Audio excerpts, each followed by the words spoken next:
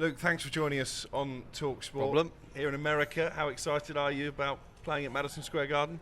Yeah, I mean, this is the fourth year we've been here now, so, from to still be going here, but also increasing on ticket sales. I think we're sold out Friday, Saturday, 10,000 tickets. It just shows how big the game's growing, and I know it's could have been a lot tougher with it being on a World Cup football year as well, and it being here. But I think they've done really well to sell out, and it just shows how much it's growing all the time. That helps in some ways, doesn't it? Because Friday night, for example, England fans flocking to New York for the game on Saturday, probably going to take in the darts as a bit of an added bonus, so you'll have plenty of extra support. Yeah, I mean, probably if I was in their situation, I would have done the same. I'd have probably tied both in, gone to the darts and then the football after. But these tickets were put on sale ages and ages ago, so who knows if the England fans got in there early. I don't know if the fixtures for the football were out in that same time, but maybe we get a good bit of support over it. But the crowd over the last few years have been growing better and better, and the atmosphere last year was really great.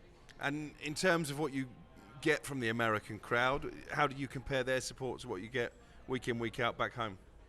Yeah, I don't think it's much different, to be fair. I think they're very sort of into it, and I've been to a few sporting events over as well. Like I went to the ice hockey a couple of years ago and watched the New York Rangers, and the atmosphere that they create is unbelievable. So yeah, maybe even better, but for darts it's a lot more of an English sport, that it's played more there. It's more experience for the English fans to know what to cheer, but I think the American fans with darts is getting a lot better. You were part of an epic final in the Premier League darts. How much confidence does that give you for this competition?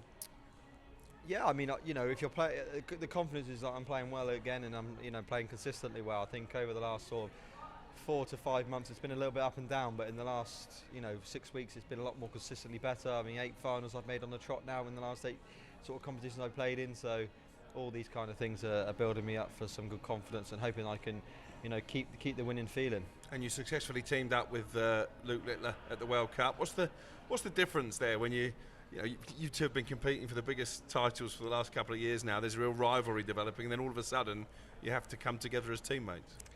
Yeah, I mean, I kind of, I don't know if Luke would say, but I kind of find it easy. If you get on with someone, then the job's going to be easy. If you don't get on with someone, then it's going to be hard.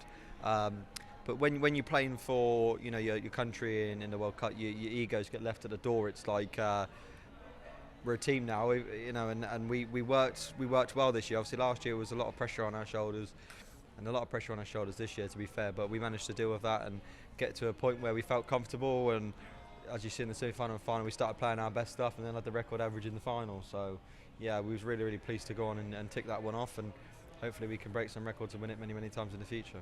With that in mind, what advice would you give Harry Kane and Jude Bellingham and Thomas Tuchel? How do you find your best form in the latter stages of the World Cup? I think they'll know better than me, to be fair. I think these are world-class sportsmen, and they know what they're doing. It's just the World Cup's anybody's, I think. There's so many great teams. I mean, there's not except for the France team, obviously on paper has got an incredible team, but there's so many other teams that have got such a good team on paper, so many great names. Someone has to lose. Only one person can win, and obviously England's got a great chance. So many other teams, and maybe if they don't win it, it's not because they ain't good enough. It's just it comes down to them pressure moments, I guess, like you say. And I watched last night, and it was just a frustrating game. I mean, but it's not important because it's a group game. I guess the thing that they have to do is under pressure, like they did in the Euros a few times, is when it's nitty gritty, score that late goal and capture the game. Gerwyn Price has told us that as a Welshman he's cheering on England at the World Cup. Does that surprise you a bit? No, not really. I kind of want to see Scotland do well. I know there's weird sort of rivalry between sometimes England want to see Scotland lose and Scotland fans want England lose, but I want to see Scotland do well, and if Wales are in it, I want to see them do well. Obviously I want us to do better than them, top on and over on them, but I want them to do good, and it's a big game for them tonight against Brazil, so I hope they do the job and get themselves through, and hopefully we get. I mean, my ideal scenario would be to meet them in whatever round we could. And I guess when Leeds play Manchester United, there's obviously rivalry with you and Luke. When Leeds play Liverpool, bring Stephen Bunting into it.